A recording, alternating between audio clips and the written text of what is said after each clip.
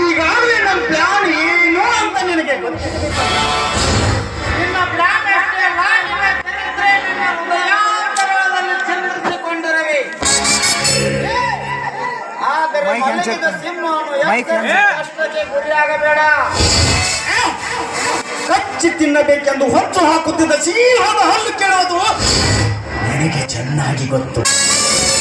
ಸುಮ್ಮನೆ ನಮ್ಮ ಸ್ಮಗ್ಲಿಂಗ್ ವ್ಯವಹಾರಕ್ಕೆ ಹೊಂದಿಕೊಂಡು ನಾವು ಮಾಡುತ್ತಿರುವ ಬಿಸಿನೆಸ್ ನಲ್ಲಿ ಪಾಲ್ಗೊಂಡರೆ ಹಾಗಾಗಿರಬಹುದು.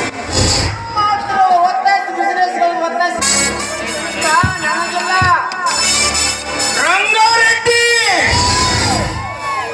ಇದೇ ಮೊದಲು ಇದೇ ಕಡೆ. ನನ್ನ ರಂಗಾರೆಡ್ಡಿ ಅಲ್ಲ, ಪದೇ ಪದೇ ಹೋಗಬೇಡ. ರಂಗಾರೆಡ್ಡಿ ಹೆಸರನ್ನು ಬದಲಾಯಿಸಿಕೊಂಡು ನನ್ನ ಹತ್ರ ಬಂದು ಯಾಕೆ ಈ ರೀತಿ ವರ್ತಿಸ್ತಾ ಇದ್ಯಾ ನೀನು? ಇದು ಸರಿ ಕಾಣುವುದಿಲ್ಲ.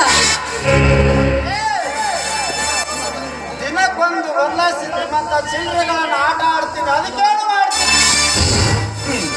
ದಿನ ಬೆಳಗಾದರೆ ಸೂರ್ಯಾಸ್ತದವರೆಗೂ ಇದೇ ಕಸಬು ಮಾಡ್ತೇನೆ. ನನ್ನ ಮುಂದೆ ನಿನ್ನ ಆಟ ನಡೆಯುವುದಿಲ್ಲ. ಸುಮ್ಮನೆ ಒಪ್ಪಿಕೋ.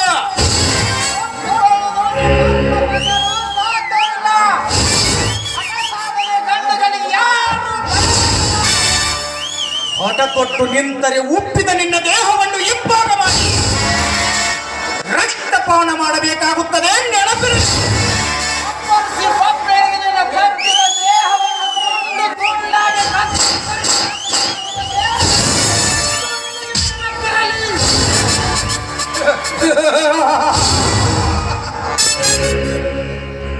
ಮದ ಏರಿದ ಮದ್ದಾನಿಗೆ ಮುದ್ದು ಕೊಡಲು ಹೋದಂತಿದೆ ಈ ನಿನ್ನ ಮಾತಿನ ಅರ್ಥ.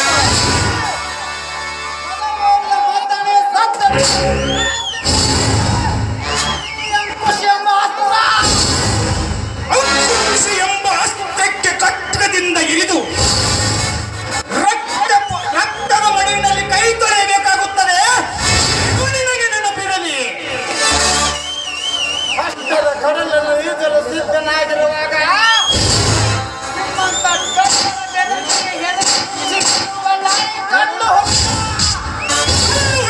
ಕಕ್ಕದಿಂದ ಇರಿದು ರಕ್ತಪಾನ ಮಾಡಬೇಕಾಗುತ್ತದೆ.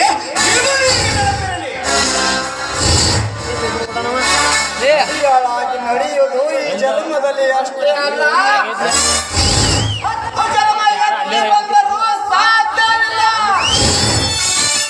ಶಭಾಷ್. ಆಡುವ ಅಲ್ಲಿ ಬಹಳ ಚೆನ್ನಾಗಿ ರಾಮಾಯಣ ಸೀತೆ ಲಕ್ಷ್ಮಣನ ರೇಖೆ ದಾಟಿ ಹೋಗಿರ್ತಾರೆ. ಆದ್ರೆ ಈ ಪ್ರಕಾಶ್ ಹಾಕಿರುವ ಬಂಧನದ ರೇಖೆ ದಾಟುವುದು ಬಹಳ ಕಷ್ಟ.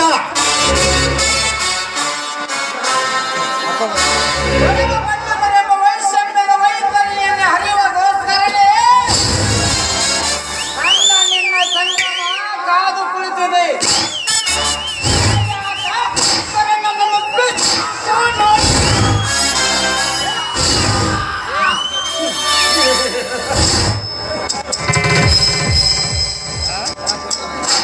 ಯಾವಾಗಿಂದ ಮಾತ್ರಕ್ಕೆ ರಕ್ತ ಬಿಸಿಯಾಗಿ ನೀನು ಈ ರೀತಿ ಸಂಕಟ ಪಡುವುದಕ್ಕಿಂತ ನಾವು ಕೇಳುವ ಪ್ರಶ್ನೆಗೆ ಉತ್ತರ ಕೊಟ್ಟು ಉಚಿತವಾಗಿ ಬಹುಮಾನದ ಸನ್ಮಾನ ಜೊತೆ ನೇರವಾಗಿ ಮನೆ ಸೇರಬಹುದು. ನನಗೆ ಕುಚು ಮಾಡುವ ಅಭ್ಯಾಸವಿಲ್ಲ. ಏನಾದರೂ ಹೇಳಿ ನಮ್ಮ ನೆಮ್ಮದಿ ಹಾಳು ಮಾಡಬೇಡ. ಇಷ್ಟಾದರೂ ನೆಮ್ಮದಿ ಆಗಿದ್ದೀಯಾ? ಏ ವಿಜಯ್, ಎಲ್ಲಿದೆ ವಿದ್ಯುತ್?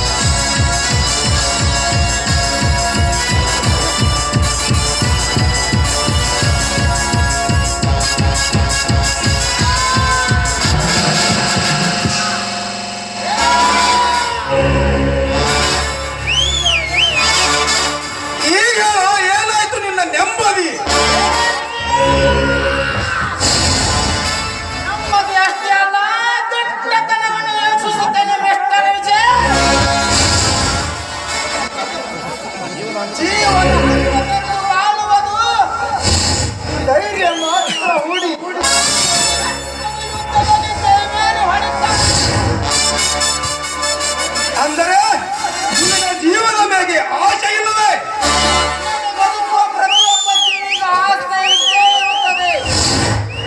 ಆದರೆ ನಿಮ್ಮ ದುರಾಸೆ ಇರಬಾರದು, ಪೂರಿಯಾಗಿರಬಾರದು.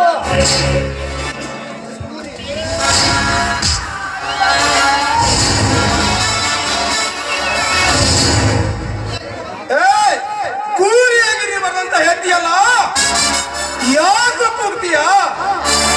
ಅವಶ್ಯವಿದ್ದಷ್ಟು ಮಾತನಾಡು. ಅವಶ್ಯವಿದ್ದಷ್ಟೇ ಕೇಳ್ತೀನಿ, ಅವಶ್ಯವಿದ್ದಷ್ಟು ಹೇಳು. ಪೂರ್ವದಿ ಇರುವ ಶಿವಲಿಂಗೇಶ್ವರ ದೇವಸ್ಥಾನದಲ್ಲಿ ಅವಿತುಕೊಂಡಿರುವ ದೈವನಿಧಿ ಅದನ್ನು ಹೊರತೆಗೆಯಬೇಕಾದರೆ ಅದಕ್ಕಿರುವ ಚೌಕಟ್ಟು, ಅದರ ನಂಬರು ನಿನಗೆ ಗೊತ್ತು. ಅದನ್ನು ನೀನು ಹೇಳಿಬಿಟ್ಟರೆ ನೀನು ಈ ರೀತಿ ಸಂಕಟ ಪಡುವ ಅವಶ್ಯಕತೆ ಇಲ್ಲ. ಗೊತ್ತಿಲ್ಲ?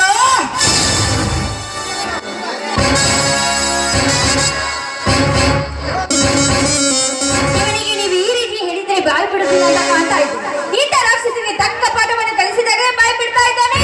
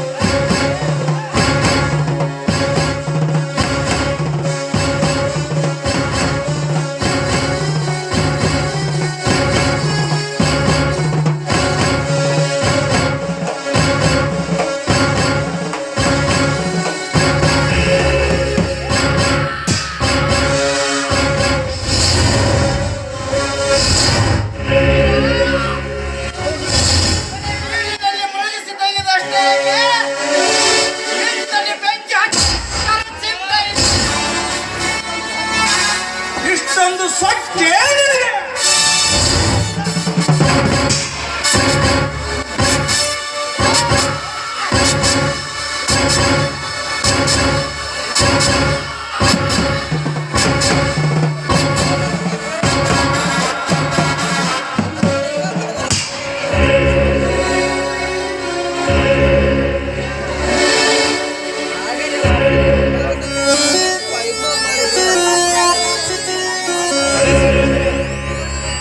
ನೋಡು ನಾನೀಗ ಕಡೆ ಸಾರಿಯಾಗಿ ಹೇಳ್ತಾ ಇದ್ದೀನಿ, ನೀನೀಗ ಇದಕ್ಕೆ ಒಪ್ಪಿಕೊಂಡ್ರೆ ನೀನು ಕ್ಷೇಮವಾಗಿ ಇರುತ್ತೆ, ಇಲ್ಲ ಅಂದ್ರೆ ಇನ್ನು ನೀನು ಬಹಳಷ್ಟು ಶಿಕ್ಷೆಯನ್ನು ಅನುಭವಿಸ್ಬೇಕಾಗ್ತಾ ಇದ್ದೀನಿ.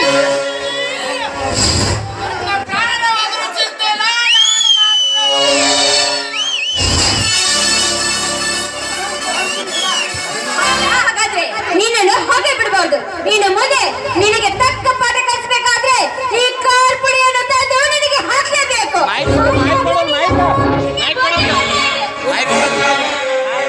ಹೇಳಲ್ಲಿ ಮೈಕ್ ಕೊಡತ್ತ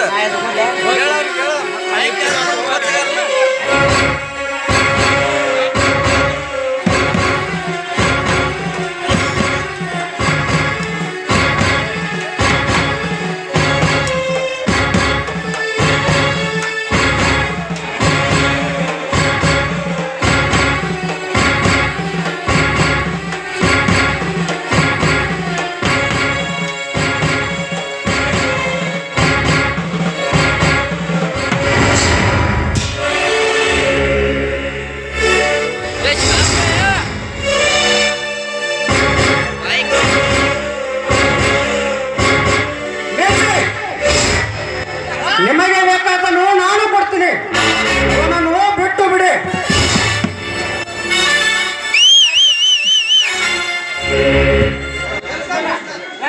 ವೆಲ್ಕಮ್ ಮಿಸ್ಟರ್, ವೆಲ್ಕಮ್. ನೀನು ಇಲ್ಲಿಗೆ ಬರುತ್ತೆ ಅಂತ ನನಗೆ ಚೆನ್ನಾಗಿ ಗೊತ್ತಿತ್ತು, ಅದಕ್ಕಾಗಿ ಈ ರಾಕ್ಷಸಿಗೆ ಈ ತರ ನಾನು ಶಿಕ್ಷೆ ಕೊಡ್ತಾ ಇರುವುದು. ಅರುಣ್, ಸತ್ತು ಹೋದ ಸೋಮರೆಡ್ಡಿ ಸೋಮಯ್ಯನ ಮಗ ರಂಗಾರೆಡ್ಡಿ ಇವನೇ ಅಲ್ಲವೇ? ಹೌದು, ಇವನೇ ರಂಗಾರೆಡ್ಡಿ. ಏನಾಯ್ತೀಗ? ಶಿವಲಿಂಗೇಶ್ವರ ದೇವಸ್ಥಾನದಲ್ಲಿ ಅವಿತುಕೊಂಡಿರುವ ದೈವನಿಗೆ ಅದು ನನ್ನ ಸತ್ತಾಗಬೇಕು. ಅದಕ್ಕಿರುವ ಹೆಚ್ಚಿನ ಮಾಹಿತಿ ಇವನಿಗೆ ಗೊತ್ತು. ಅದನ್ನು ಇವನು ಹೇಳಿಬಿಟ್ಟರೆ ಯಾವ ತೊಂದರೆನೂ ಇಲ್ಲ. ಇಷ್ಟೇನಾ? ಬರೀ ಆ ಸುವರ್ಣ ಚಕ್ರಗೋಸ್ಕರ ಈ ರೀತಿ ಇವನಿಗೆ ಚಿತ್ರಹಿಂಸೆ ಕೊಡುತ್ತಿದ್ದೀರಾ? ಬೇಕಾದರೆ ನಾನೇ ಹೇಳ್ತೀನಿ, ಕೇಳಿ. ಇಲ್ಲ, ನಿನಗೆ ಇವಾಗ ಗೊತ್ತಿದ್ದ ವಿಷಯ ನಿನಗೆ ಗೊತ್ತಿಲ್ಲ. ನನಗೆ ಇದ್ರ ಬಗ್ಗೆ ನಂಬಿಕೆನೇ ಇಲ್ಲ. ನಂಬಿದರೆ ನಂಬಿ, ಬಿಟ್ಟರೆ ಬಿಡಿ. ಆ ಶಿವಲಿಂಗೇಶ್ವರ ದೇವಾಲಯದ ಹಿಂದೆ ಒಂದು ದೊಡ್ಡ ಬಂಡೆಗಲ್ಲು, ಅದನ್ನು ಎತ್ತಿದರೆ ಒಂದು ಗೇಟ್ ಇದೆ. 2023 ಅಂತ ನಂಬರ್ ಒತ್ತಿದರೆ ಗೇಟ್ ಓಪನ್ ಆಗುತ್ತೆ. ಅಲ್ಲಿಯೇ ದೈವನಿಧಿ ಅಂತ ನಮ್ಮೆಲ್ಲರ ಊಹೆ. ಅರುಣ್, ಇದರಲ್ಲಿ ಏನಾದರೂ ತಪ್ಪಿದರೆ ನಿನ್ನ ಗಂಟಲು ಹಿಡಿದು ರಕ್ತ ಕುಡಿತೀನಿ. ಲೇ ಪ್ರಕಾಶ್, ಸಂಶಯವಿದ್ದರೆ ವಿಜಯನನ್ನು ಕಳುಹಿಸು. ನಿಜ ಅಂತ ಕಂಡು ಬಂದ್ಮೇಲೆ ಈ ರಂಗಾರೆಡ್ಡಿಗೆ ಬಿಡುಗಡೆ ಮಾಡು. ವಿಜಯ್, ಇವನು ಹೇಳುವುದು ಸರಿ ಇದೆಯೋ ಅಥವಾ ತಪ್ಪಿದೆಯೋ ನೋಡಿಕೊಂಡು ಬಾ. ಪ್ರಕಾಶ್, ನನಗೇನೋ ಇವನು ಮ್ಯಾಗ ಅನುಮಾನ. ಏನಂತ ಕೇಳು?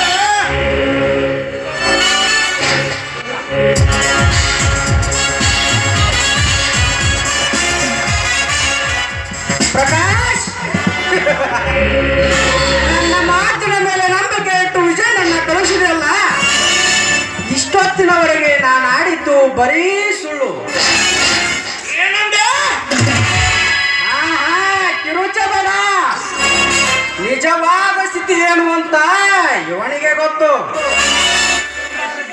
ಏ ರಂಗಾರೆಡ್ಡಿ, ನಿಜ ಹೇಳ್ತೀಯ ಇಲ್ಲ?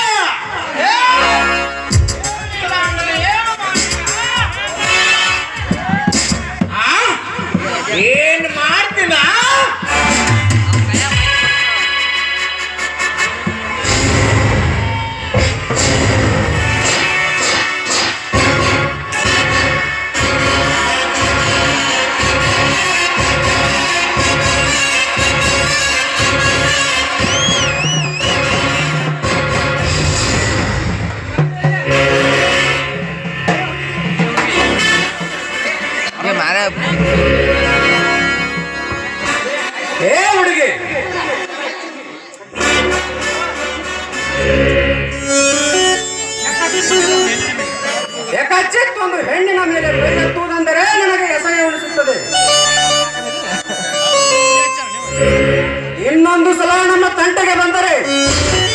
ಕೈ ಎತ್ತುವುದಲ್ಲ, ನಿನ್ನ ಪ್ರಾಣ ಉಳಿಯುವುದಿಲ್ಲ. ಎಚ್ಚರ.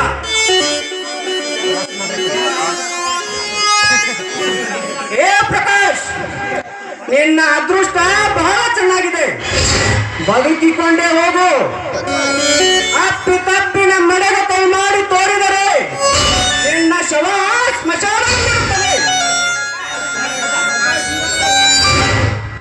ಪ್ರಕಾಶ್, ಈಗಾಗಲೇ ನಿನ್ನ ಪ್ರಾಣ ತೆಗಿಬಹುದಿತ್ತು.